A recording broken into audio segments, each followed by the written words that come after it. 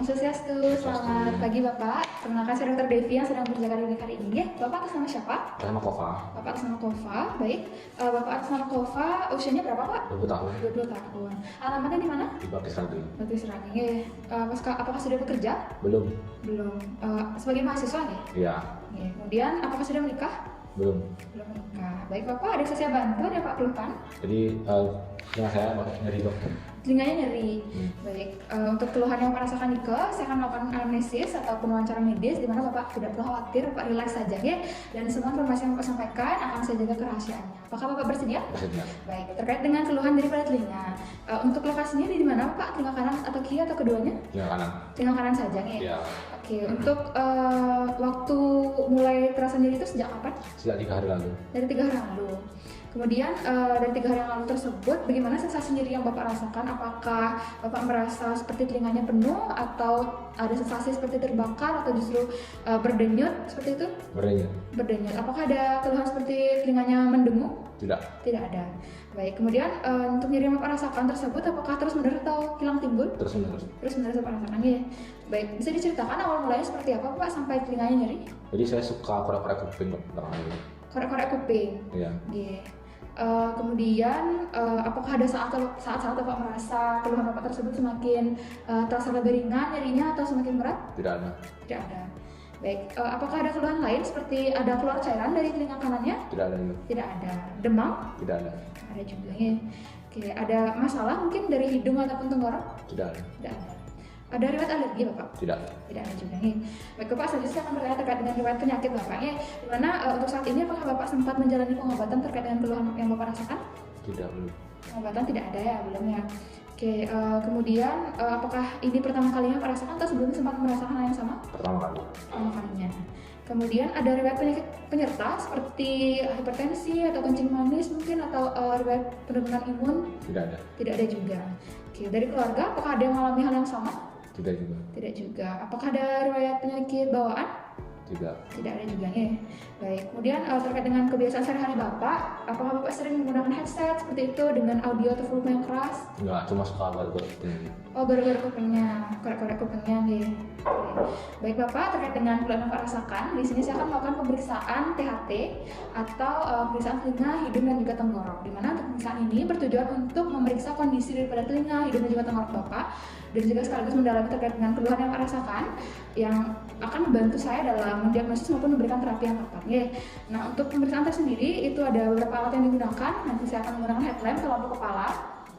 Kemudian juga saya akan menggunakan otoskop atau corong telinga. Kemudian ada juga saya menggunakan garpu tala, kaca laring, dan juga spatula lidah. Di mana nanti dari pemeriksaan yang akan dijalankan mungkin ada beberapa hal yang mungkin membuat kurang nyaman. Apakah Bapak bersedia? Bersedia. Bersedia, ya.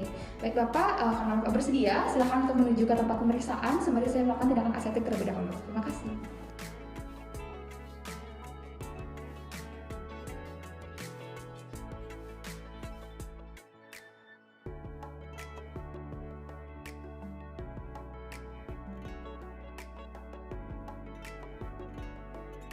Baik Bapak, di sini saya akan menggunakan headlamp terlebih dahulu.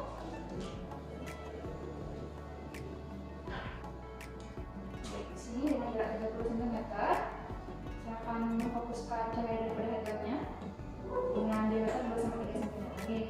Di sini saya akan melakukan inspeksi dari kapasitas terlebih dahulu, di mana untuk pemeriksaan secara inspeksi di sini saya akan melihat kondisi daripada daun telinga Bapak, kemudian peri-auriculanya dan juga retroauriculanya. Baik, di sini yang saya lihat untuk auriculanya sendiri tidak terdapat deformitas, yaitu ada kelainan bentuk atau posisi, jadi normal. Kemudian pada peri-auricula juga dan juga retroauriculanya di sini juga saya tidak menemukan adanya tanda-tanda seperti abses, edema, hiperemia, dan juga fistula. Jadi normal juga ya Bapak. Kemudian di sini juga selanjutnya akan saya lakukan palpasi, di mana di sini saya akan memeriksa apakah terdapat nyeri tekan pada saat menarik auricula ke atas. Apakah terdapat nyeri tekan Bapak? Tidak. Tidak. Kemudian saya akan menekan bagian trabus juga, apakah terdapat nyeri? Tidak. Tidak. Kemudian saya akan periksa juga di bagian mastoidosis ini, apakah terdapat nyeri? Tidak. Tidak. Baik, untuk pemeriksaan inspeksi dan palpasi pada telinga kiri menunjukkan hasil yang normal. Ya. Baik, selanjutnya saya akan melakukan pemeriksaan dengan menggunakan otoskop atau corong telinga, yang mana untuk otoskop ini sendiri itu akan memeriksa terkait dengan meatus auditorius externus atau bagian telinga luar Bapak, kemudian juga membran timpani ataupun benang telinga Bapak. Ya. Baik, adapun alat yang saya gunakan di sini adalah otoskop. Baik. Baik Bapak bisa agak mendongak dan melihat ke depan. Ya, kemudian saya akan menarik sedikit ke atas.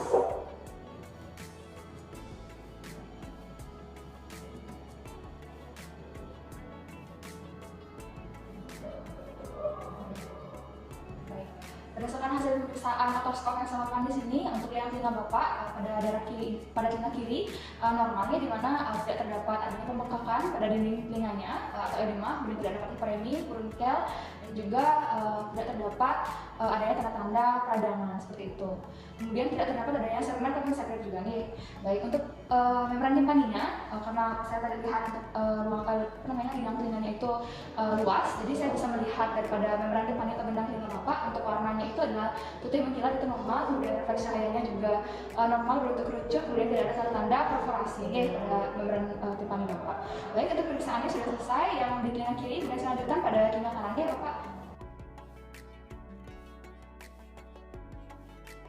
Jadi di sini saya akan memeriksa terkait dengan inspeksi dan juga palpasi terlebih dahulu daripada telinga kiri kanan Bapak, maaf, dari daerah auricula, preauricula maupun daerah retroauricula.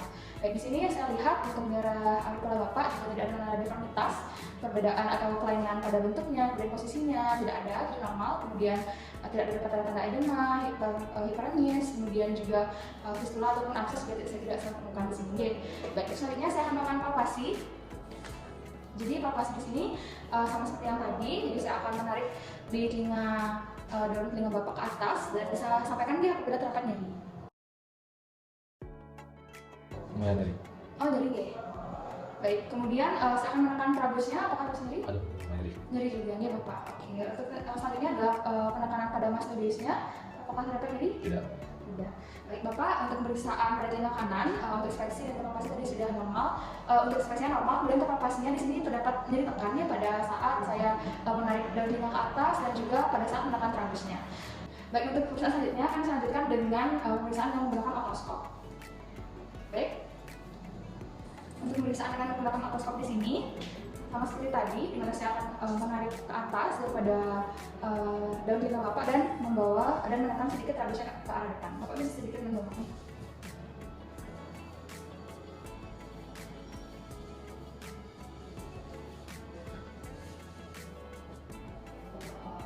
Baik. Berdasarkan pemeriksaan menggunakan otoskop untuk menilai daripada meatus auditorius externusnya dan juga membran timpani atau gendang telinga. Di sini untuk yang liang telinganya yang saya dapatkan itu sempit, kemudian ada pembengkakan pada dindingnya, jadi lumayan bengkak dan juga warnanya itu kemerahan ya Bapak. Kemudian juga saya temukan ada furunkel juga, dan juga untuk membran terus itu tidak saya temukan. Nah, untuk membran timpaninya sendiri atau gendang telinganya, karena tadi lubang telinga itu sempit ya, karena ada pembengkakan itu saya tidak melihat dengan penuh membran timpani Bapak, tapi untuk warnanya itu putih mengkilat normal dan tidak ada tanda-tanda perforasi juga pada membran timpaninya. Baik, pemeriksaan sudah selesai yang pemeriksaan pertama, kemudian saya lanjutkan dengan pemeriksaan atau tes pendengarannya Bapak.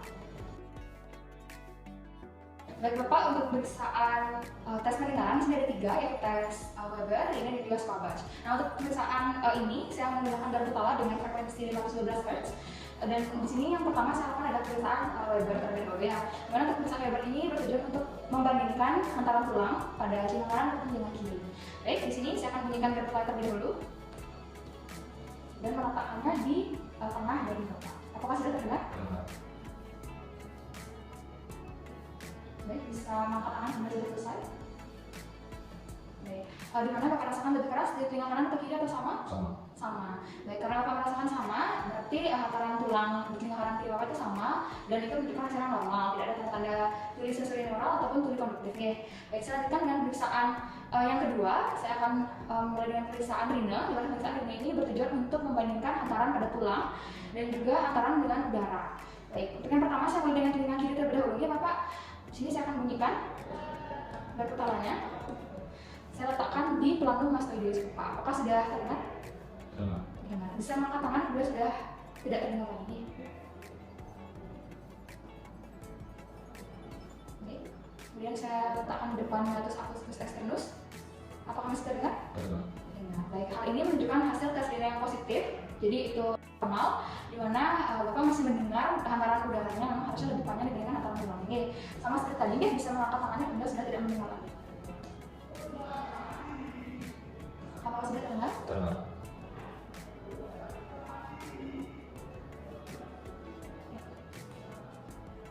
Terdengar. Terdengar. Baik, tes Rina pada tindakannya juga menunjukkan hasilnya positif, tidak ada tanda-tanda tuli konduktifnya Bapak. Selanjutnya saya akan lanjutkan dengan pemeriksaan yang ketiga, yaitu tes pendengaran Scholl Badge. Di mana tes Scholl Badge ini bertujuan untuk membandingkan hantaran tulang antara saya sebagai pemeriksa dan juga Bapak sebagai pasien. Oke, saya akan mulai dengan telinga kiri terlebih dahulu. Tadi Bapak bisa menyampaikan dan mengangkat tangan apabila sudah tidak terdengar lagi. Saya bunyikan, kemudian saya letakkan di planum mastoideum Bapak.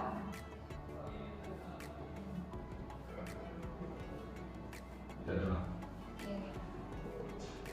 Baik, saya juga sudah tidak mendengarnya. Kemudian saya akan melakukan cross check sekali lagi.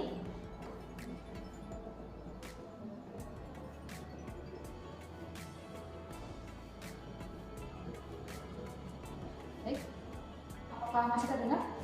Tidak terdengar. Baik, hal ini menunjukkan tes Scholl Badge yang normal. Jadi tidak ada pemanjangan ataupun pemendekan yang menandakan apabila terdapat pemanjangan itu tuli konduktif, apabila terdapat pemendekan itu tuli sensori neural. Jadi bukan normal ya yang kiri. Kemudian saya akan periksa untuk yang kanan yang terakhir. Oke. Ya.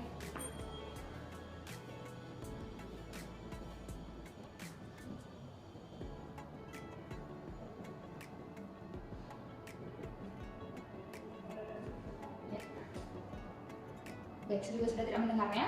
Saya cross check sekali lagi ya.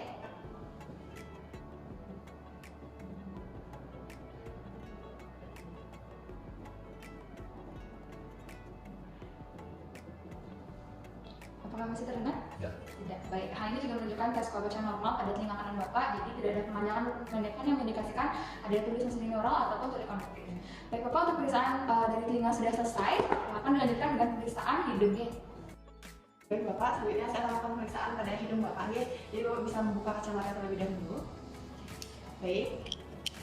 Untuk yang pertama, di sini saya akan melakukan inspeksi pada hidung Bapak ya. Bapak bisa relax saja. Baik, dari hasil inspeksi di sini saya tidak melihat adanya perubahan bentuk pada hidung Bapak, kemudian saya tidak melihat adanya perdarahan atau luka pada hidung Bapak, saya tidak melihat adanya benjolan juga pada hidung Bapak. Selanjutnya saya akan melakukan pemeriksaan palpasi pada hidung. Jika terasa nyeri bisa langsung dikatakan Pak. Apakah terasa nyeri Pak? Tidak. Apakah terasa nyeri? Tidak. Apakah terasa nyeri? Tidak. Baik dari hasil palpasi di sini Bapak tidak merasakan adanya nyeri tekan pada hidung. Kemudian saya tidak menemukan adanya tanda-tanda fraktur seperti krepitasi, tidak ada juga benjolan ataupun pembengkakan pada hidung Bapak. Selanjutnya saya akan melakukan pemeriksaan rhinoskopi anterior. Di sini saya akan menggunakan spekulum hidung Pak. Jadi nanti saya akan mengamati pada hidung Bapak. Bapak bisa relax saja, mungkin akan terasa kurang nyaman tadi. Bapak bisa sedikit. Baik, saya mulai pada hidung sebelah kanan terlebih dahulu.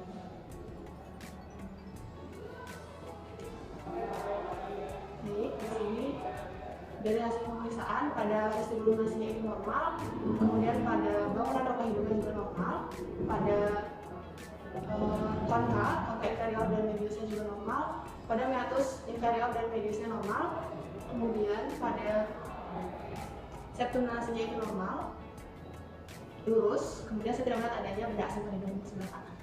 Selanjutnya saya akan melakukan pemeriksaan pada hidung sebelah kiri Bapak ini. Baik. Oke, dari hasil pemeriksaan pada vestibulumasinya itu normal, kemudian bangunan rongga hidungnya juga normal, pada meatus nasi inferior dan mediusnya normal, pada konka inferior dan mediusnya itu juga normal. Saya tidak melihat adanya benda asing pada hidung Bapak. Baik. Selanjutnya saya akan melakukan pemeriksaan rhinoskopi posterior. Di sini saya akan menggunakan kaca laring. Jadi Bapak bisa membuka mulut, kemudian mengucapkan A seperti itu Pak. Baik, bisa mengucapkan A. Baik, sudah. Baik, jadi dari hasil pemeriksaan di sini saya tidak melihat adanya polip ataupun massa pada bagian dalam Pak. Jadi itu normal. Baik, sudah. Selanjutnya saya akan lanjutkan pada pemeriksaan tenggorok.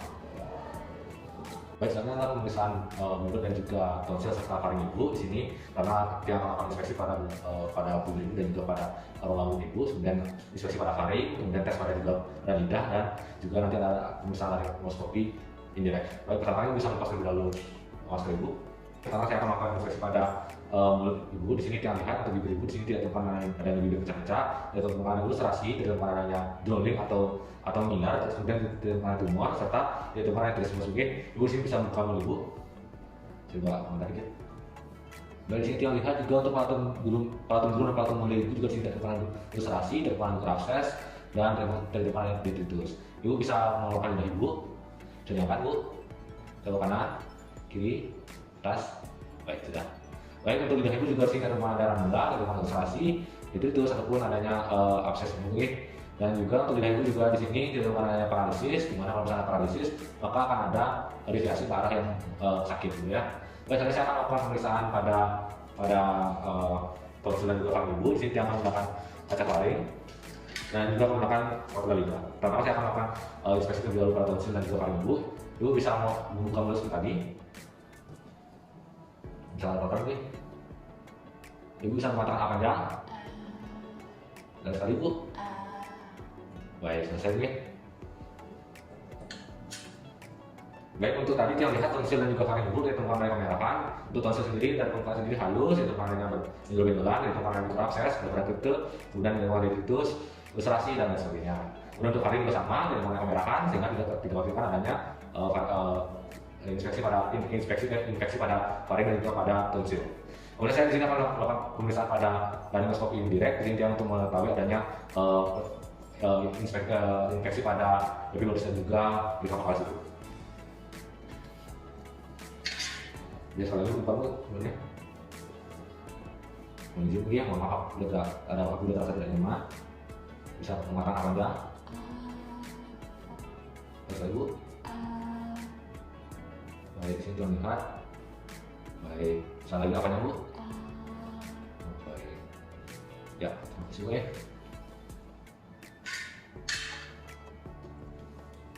Baik, kita lihat tadi juga untuk bagian faring ibu di sini di bagian posterior. Di sini kita lihat dan juga pika vokalis dan juga epilodes ibu ditemukan kemerahan atau hiperemi sehingga tidak terlalu adanya infeksi pada faring dan juga pada epilodes ibu.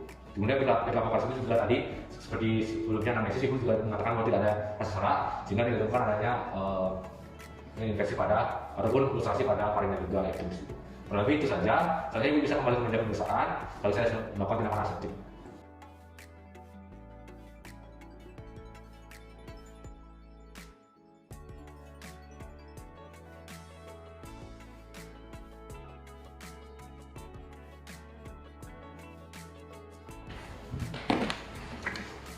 Oke, baik Bapak Sofwan ya, 20 tahun. Jadi pemeriksaan telinga, hidung, dan tenggorokan sudah selesai dilaksanakan tadi ya.